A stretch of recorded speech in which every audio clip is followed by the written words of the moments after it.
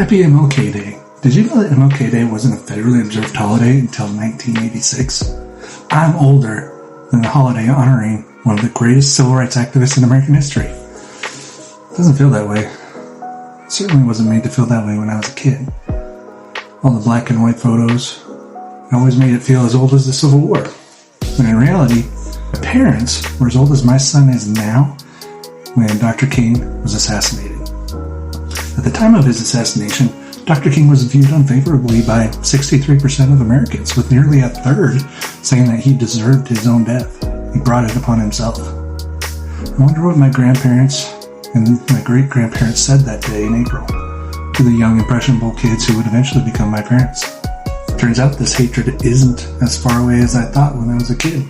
It's weaved into the foundation that society has built, even here in Cheyenne, Wyoming. Don't believe me? Let me show you something.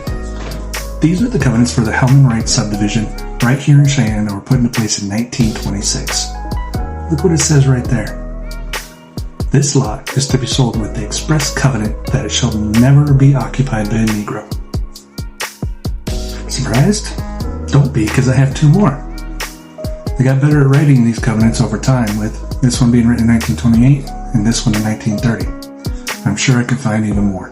These covenants are no longer valid as they violate federal law, and some have been removed from the subdivision's covenants thanks to the citizens of the area going through all the hard work to get them taken off the books.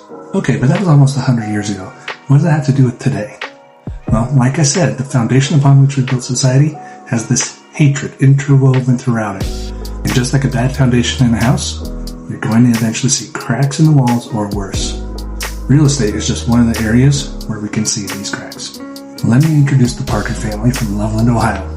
Last year, they were having their home appraised, but the appraisal came in at an inexplicably $60,000 low. They knew something was up.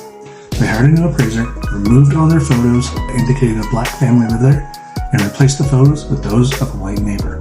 When the new appraisal came back, it was $92,000 more than the first appraisal, an additional $32,000 more than the value they had anticipated that the first appraisal would come in at.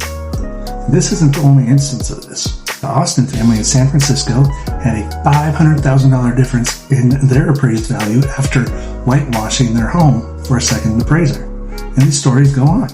Nationwide, homes in black neighborhoods are typically valued at 23% less than those in non-black neighborhoods, despite having similar quality and amenities. You see how even in real estate, it's been built upon a rotting foundation, with racism being only one example of the defective materials used to build that foundation. That weak foundation is continuing to create issues. So what can I do as just a white guy realtor from Cheyenne, Wyoming? I'm here to help guide people through this broken system of home ownership. Sometimes that involves protecting people from the system itself. We're all in this together and need to strive for change. Even if you think none of this applies to you, it does. And as Dr. King said, injustice anywhere is a threat to justice everywhere.